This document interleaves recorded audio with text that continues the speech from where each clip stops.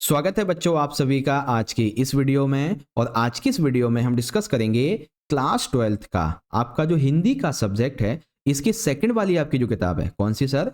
अंतराल भाग 2। ठीक है, तो आपकी इस किताब का सबसे पहला जो चैप्टर है, जो कि बहुत ही इंटरेस्टिंग भी है, सूरदास की झोपड़ी, जो कि एक अंधे भिखारी की कहानी है। ठीक है, तो इस वीडियो में सूरदास की झोपड़ी चैप्टर के हम मोस्ट इंपॉर्टेंट एंड जो कुछ सिलेक्टेड एमसीक्यू बेस्ड क्वेश्चंस हैं, यानी कि बहुविकल्पीय प्रश्न, इनको यहाँ पे डिस्कस करेंगे। ठीक है, और ये सारे के सारे एमसीक्यू अभी आपका जो बोर्ड का एग्जाम होने वाला है 2024 का, इसके लिए बहुत ज्यादा इंपॉर्टेंट है बच्चों। इसीलिए बस एक छोटी सी रिक्वेस्ट है कि वीडियो अराउंड आपकी 15 मिनट की बनेगी और इन 15 मिनट के अंदर आपकी चैप्टर 1 की एमसीक्यू वाली तैयारी बहुत अच्छी हो जाएगी बच्चों।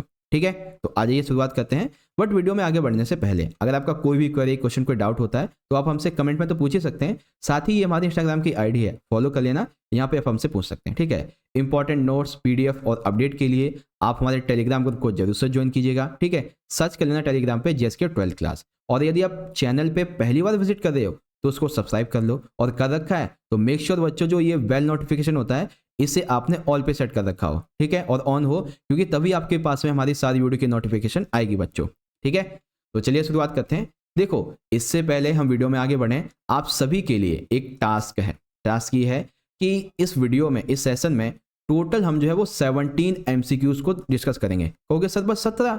देखो, बन तो आपके 50, 60, 100 भी सकते हैं, लेकिन हमने टोटल जो है वो 17 ऐसे एमसीक्यू क्वेश्चन लिए हैं जो पिछले कई साल के बोर्ड एग्जाम से ऑलरेडी पूछे जा चुके हैं। ठीक है, तो आप सभी बच्चे भी इन एमसीक्यू क्वेश्चन का जो आंसर है, जैसे ही मैं आंसर बताऊं उससे पहले जरूर गेस करना कि इसका ये आंसर हो सकता है, इसका ये, इसका ये। ठीक है, तो इससे क्या होगा, इससे आपकी प्रैक्टिस भी हो जाएगी और आपको पता भी चल जाएगा कि आपने कितनी तैयारी कर रखी है। और मेक श्योर जब ये वीडियो एंड हो जाएगी तो आप सभी बच्चों को मुझे कमेंट बॉक्स में अपना स्कोर भी बताना है कि 17 आउट ऑफ आपने कितने सही आंसर दिए थे। ठीक है, ताकि मैं भी तो देखूं जो बच्चे इस वीडियो को देख रहे हैं कितनी तैयारी कर रखी उन्होंने अपने एग्जाम के लिए। ठीक है, चलिए सबसे पहला क्वेश्चन डिस्कस करते हैं, बहुत ही इंपॉर्टेंट है बच्चों, कई बार आया हुआ है। सूरदास की झोपड़ी जो है, ये आपने चैप्टर जो पढ़ा है, ये एक उपन्यास का अंश है। तो वो उपन्यास का नाम क्या है? ईदगाह, ये तो आपने 11th में पढ़ा था, क्या नाम था वो, प्रेमचंद जी का ईदगाह वाला, है ना? ये तो नहीं है। फिर निर्मला, ये तो खैर नाम है उनका। अब नगलताई और रंगभूमि, इनमें से कोई एक है, तो सोचिए क्या हो सकता है। तो सूरदास की झोपड़ी किसका है? रंगभूमि का है। ऑप्शन नंबर आपका गा राइट है। ठीक है बच्चों, चलिए सेकंड क्वेश्चन है बच्चों, सुभागी किसकी पत्नी थी? अभी इस क्वेश्चन को एक दूसरे तरीके से भी पूछा जाएगा, वो भी अभी आपको बताऊंगा। तो बताइए सुभागी किसकी पत्नी थी? तो सूरदास की तो पत्नी थी ही नहीं। जगदत्त की पत्नी का ज्यादा डिफरेंस कुछ यहाँ डिस्क्राइब किया गया नहीं है, तो कौन सा है? भैरव। तो सुभागी किसकी पत्नी थी? भैरव की पत्नी थी। सेकंड, अब ऐसे ही आपसे ये पूछा जाए कि भाई बताओ भैरव कौन था, तो ये भी आया कई बार। तो भैरव कौन था? भैरव था सुभागी का पति। कौन था? सुभागी का पति था। ठीक है, क्वेश्चन नंबर 4, ये बताओ बच्चों कि सुभागी जो थी वो रात भर कहाँ छिपी रही? अब बहुत से बच्चे पता है क्या बोलते हैं कि वैसे तो सुभागी भैरव की माँ से बचने के लिए सूरदास की झोपड़ी में छिपी रहती है। ठीक है, लेकिन यहाँ पे एक और पार्ट है, वो है मंदिर के पीछे अमरूद के बाग में। ठीक है, अब आपको इनमें से मुझे बताओ कमेंट में, इस क्वेश्चन का आंसर बच्चों मैं आपसे कमेंट में मांगता हूं। ठीक है, वैसे तो आंसर है यहाँ पे, बट आप मुझे ये बताओ कि सूरदास की झोपड़ी में या फिर मंदिर के पीछे अमरूद के बाग में, इन दोनों में से कौन सा राइट होगा? जिस बच्चे का भी मुझे लगेगा कि सबसे पहले कमेंट आया है, ठीक है, मैं उस बच्चे के कमेंट को पिन भी कर दूंगा और हार्ट भी दे दूंगा, ताकि और भी जो बच्चे हैं उसे पता चल जाए। तो आप एक बार कमेंट बॉक्स चेक कर लेना इस वीडियो को देखने से पहले। ओके, तो आइए डिस्कस करते हैं, आंसर कीजिए सारे बच्चे। उसके बाद देखो, जो सूरदास की झोपड़ी थी ये किसने जलाई थी? सुभागी ने। सुभागी क्यों जलाएगी भाई, वो तो भैरव की मां से बचने के लिए ही आती थी उसके घर में, है ना? फिर जगदत्त ने जलाई थी? जगदत्त ने नहीं जलाई थी, बल्कि भैरव ने जलाई थी। और क्यों जलाई थी? ईर्ष्या की वजह से। ठीक है, इसीलिए अगला क्वेश्चन हमारा क्या बनता है बच्चों कि सूरदास की झोपड़ी की जो आग थी उसे किसके समान बताया गया है? तो किसके समान बताया गया था भाई? अभी मैंने आपको बताया कि भैरव सूरदास से बदला लेना चाहता था, यानी कि ईर्ष्या की आग के समान बताया गया है। ठीक है, तो का वाला आपका राइट है। क्वेश्चन नंबर 7 बच्चों, सूरदास की झोपड़ी पाठ में एक कथन कहा गया है, जो कि यह है कि गरीब की हाय बड़ी जानलेवा होती है। बेसिकली ये कथन तब कहा गया था जब सूरदास की झोपड़ी जल जाती है और सूरदास बगल में बैठा हुआ होता है, उसके पोटली एक्चुअल में किसके पास होती है? पोटली जो है वो एक्चुअल में होती है भैरों के पास में, जलती नहीं है पोटली, वो भैरों के पास में होती है। तो ये जो कथन होता है ना कि गरीब की है बड़ी जानलेवा होती है, ये कथन कहता है जगधर। और क्यों कहता है? क्योंकि बिना किसी मेहनत के ही उसने सूरदास के पैसे अपने पास रख लिए थे। किसने? भैरों ने।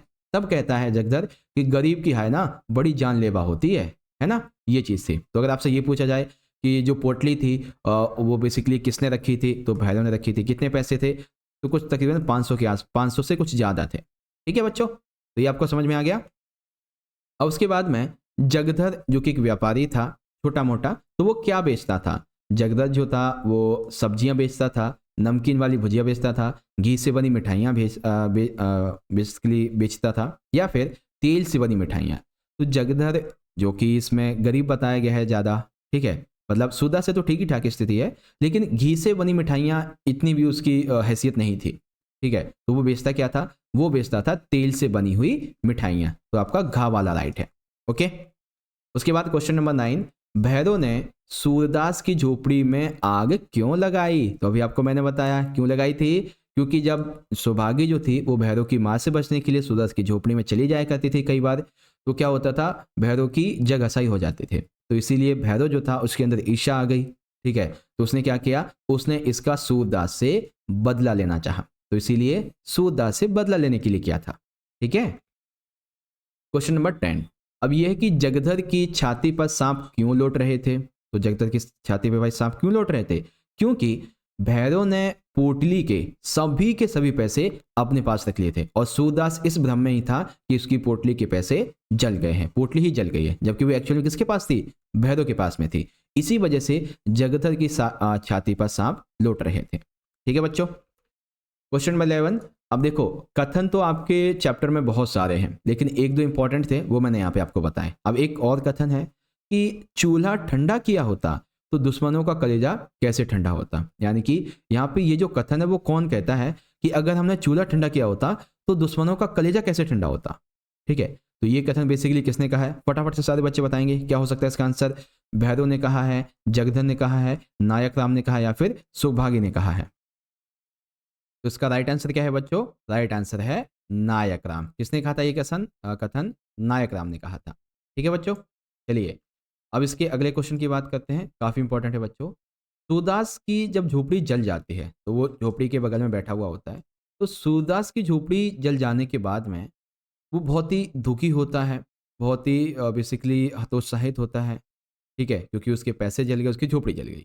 तो अचानक से पता नहीं ऐसा क्या होता है कि उसके अंदर एक आशा की नई किरण जाग जाती है। ठीक है, तो सूरदास के अंदर वो आशा की नई किरण किस प्रकार से जगती है? उसके अंतर्मन से, अपनी दैन्य स्थिति को देखते हुए, इनमें से कोई नहीं, या फिर खेल में खेलते हुए बच्चे की बात सुनकर कि तुम खेल में क्यों रोते हो, इसे देखकर, इसे सुनकर। तो वो उसके अंदर आशा की किरण किससे जागी थी? जब उसका जो बेटा था मिठुआ वो खेल रहा था बेसिकली। तो जब कोई हार जाता है तो वो कहता है अरे तुम खेल में क्यों रोते हो? खेल में हारना जीतना तो लगा ही रहता है ना? असली खिलाड़ी तो वही है। मतलब ये उसने नहीं कहा था, ये मैं बता रहा हूँ कि असली खिलाड़ी तो वही है जो हार से भी उतना खुशी ना हो और मतलब हार जीत से भी उतना खुशी ना हो और हार से भी ज़्यादा दुखी ना हो, है ना? तो ये एक नॉर्मल इक्वल की बात है। तो वैसे बात ये किसने कही थी? मिठुआ ने कही थी अपने खेलते हुए दोस्तों से। ठीक है, तो इसी बात को सुनकर उसके अंदर आशा की एक नई किरण जाग उठी। उसके बाद निम्नलिखित में से सूरदास की कौन सी अभिलाषा नहीं थी? तो कौन सी अभिलाषा नहीं थी भाई सूरदास की? पितरों का पिंडदान करवाना, बिल्कुल थी। मिठुआ का ब्याह करवाना, बिल्कुल थी। गांव के लिए एक कुआं बनवाना, बिल्कुल थी। लेकिन ये कहना कि वो अपनी आंखें ठीक करवाना चाहता था, ऐसा उसने कभी नहीं सोचा था। ठीक है, क्वेश्चन नंबर 14 देखते हैं बच्चों। अब देखो जब झोपड़ी जल जाती है तो एक बच्चा आता है सूरदास के पास में और वो कहता है दादा दादा अब हम कहाँ रहेंगे? तो ये जो कथन है कि दादा दादा अब हम रहेंगे कहाँ, तो ये कथन अध्याय में किसने और किससे कहा है? सबसे पहले किसने कहा है और किससे कहा है? तो किससे का तो आंसर मैंने दे दिया कि सूरदास से कहा है। अब किसने कहा था? तो मिठुआ ने कहा था। जब झोपड़ी जल जाती है वो देखता है हमारी झोपड़ी तो जल गई, फिर कहता है दादा अब हम कहाँ रहेंगे, हमारी झोपड़ी तो जल गई है ना? इस प्रकार से। चलिए क्वेश्चन नंबर 15 देखिए बच्चों। 15 ये है कि एक सामाजिक जो सोच है उसको दर्शाया गया है कि भिखारियों के लिए धन संचय करना पाप संचय के समान होता है। आपके अनुसार सूरदास ने ऐसा क्यों कहा है? अर्थात सूरदास ये कहता है कि भिखारी जो होते हैं, इनके लिए अगर ये धन संचय कर रहे हैं, तो इनके लिए ये पाप होता है। आखिर सूरदास ने ये कथन क्यों कहा है? क्योंकि समाज में जो लोग थे, उनका दृष्टिकोण ही यही था, ठीक है? तो ग्रामीण सामाजिक के दृष्टिकोण की वजह से ऐसा कहा था। ओके, क्वेश्चन नंबर 16, सूरदास की झोपड़ी जो आपका ये पार्ट है, इसमें मुख्य जो दुख है सूरदास को, वो किस बात का है? क्या उसकी झोपड़ी जल गई, इस बात का उसे ज़्यादा दुख है? सौभागी को उसने शरण दी, जिसकी वजह से उसके ऊपर ये विपदा आई, उसकी वजह से? या फिर पोटली में रखे पैसों का? समझ गए कौन सा होगा? पोटली में रखे पैसों का ज़्यादा उसे दुख था, ठीक है? क्योंकि क्योंकि उसने उससे बहुत सारी अभिलाषाएं पूरी करने की सोची थी। अब देखो क्वेश्चन नंबर 17, बहुत ही आसान प्रश्न है बच्चों, और काफ़ी ईजी भी है। क्वेश्चन क्या है? सूरदास के बारे में कौन सा कथन गलत है? अब यहाँ पे देखो, आपका एक 3 मार्क्स का क्वेश्चन कंप्लीट होगा। क्या? कि सूरदास के चरित्र की जो विशेषता हैं वो बताइए। तो देखो, सूरदास जो था, इसके अंदर ना हार मानने की प्रवृत्ति थी, यानी कि ये जो है हार नहीं मानता था कभी भी, किसी भी परिस्थिति में।